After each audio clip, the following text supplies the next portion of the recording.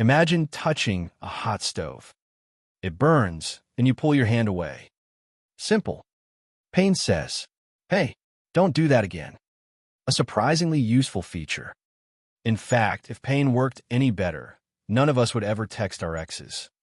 And yet, when it comes to relationships, friendships, jobs, or that one habit we've promised to quit every Monday, something strange happens. The things that hurt us the most often become the things we struggle to leave behind. A relationship that's clearly over. A job that drains the life out of us. A friendship that feels more like customer service. Somehow, we stay. Now, from the outside, this makes absolutely no sense. If something hurts, leave. Problem solved. Roll credits. Unfortunately, human beings are a little more complicated than that. Because here's the strange truth. People don't stay because pain feels good. They stay because pain feels familiar. And familiar feels safe. Imagine you've lived in a dark room your entire life. Not a great room. The ceiling leaks. The floor creaks. Something suspicious lives in the corner. But it's your room. You know where everything is. You know which floorboards squeak. You know exactly how to avoid stubbing your toe. Then one day, someone opens a door. Outside is freedom. A better life. A healthier relationship. A new beginning. Sounds great. There's just one problem. Nobody can tell you what's out there. And suddenly, the room doesn't seem so bad. That's because human beings aren't just comfort-seeking creatures. We're prediction-seeking creatures. We like knowing what's coming next, even when what's coming next isn't very pleasant. A bad boss is miserable, but at least you know how they'll behave. A toxic relationship is exhausting, but at least you know the rules. The unknown, on the other hand, the unknown could be anything. And the brain hates anything. The brain would much rather deal with a problem it understands than a possibility it doesn't. Which is why people sometimes choose familiar pain over unfamiliar freedom. But that's only part of the story.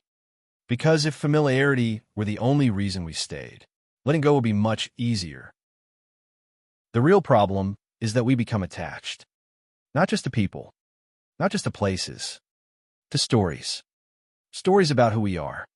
Stories about what we deserve. Stories about what our life is supposed to look like. Maybe you've stayed in a relationship because leaving would mean admitting it wasn't going to work. Maybe you've stayed in a job because you've already invested years into it. Maybe you've held onto a dream long after it stopped making you happy. Not because it was right, but because it became part of your identity. And losing an identity can feel a lot like losing a person. Which leads to one of the most expensive mistakes human beings make. We confuse investment with obligation. We spent so much time, so much energy, so much emotion, that walking away feels like wasting it. But staying miserable doesn't recover the investment. It only increases the cost. It's a little like sitting through a terrible movie because you've already watched an hour of it. Except now the movie lasts 10 years. Humans are incredible at this. We can turn a bad decision into a life philosophy if given enough time. And yet, the people who eventually leave harmful situations often discover something surprising. The thing they feared losing wasn't actually making them happy. They weren't trapped by the situation. They were trapped by the story they'd built around it. The story that said, "This is as good as it gets," or "I've come too far to leave now," or "What if something worse is waiting for me?" And that's the trap, because growth almost always feels uncertain.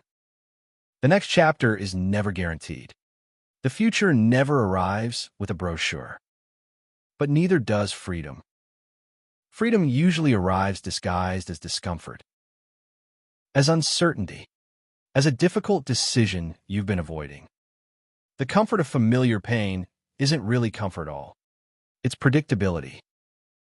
And sometimes the biggest step forward is being willing to disappoint the version of yourself that's been settling for less. Because the truth is, you are never meant to spend your life surviving things you've already outgrown. And sometimes, the door you've been afraid to walk through is the one that's been waiting for you all along. In the next video, we'll explore something closely related.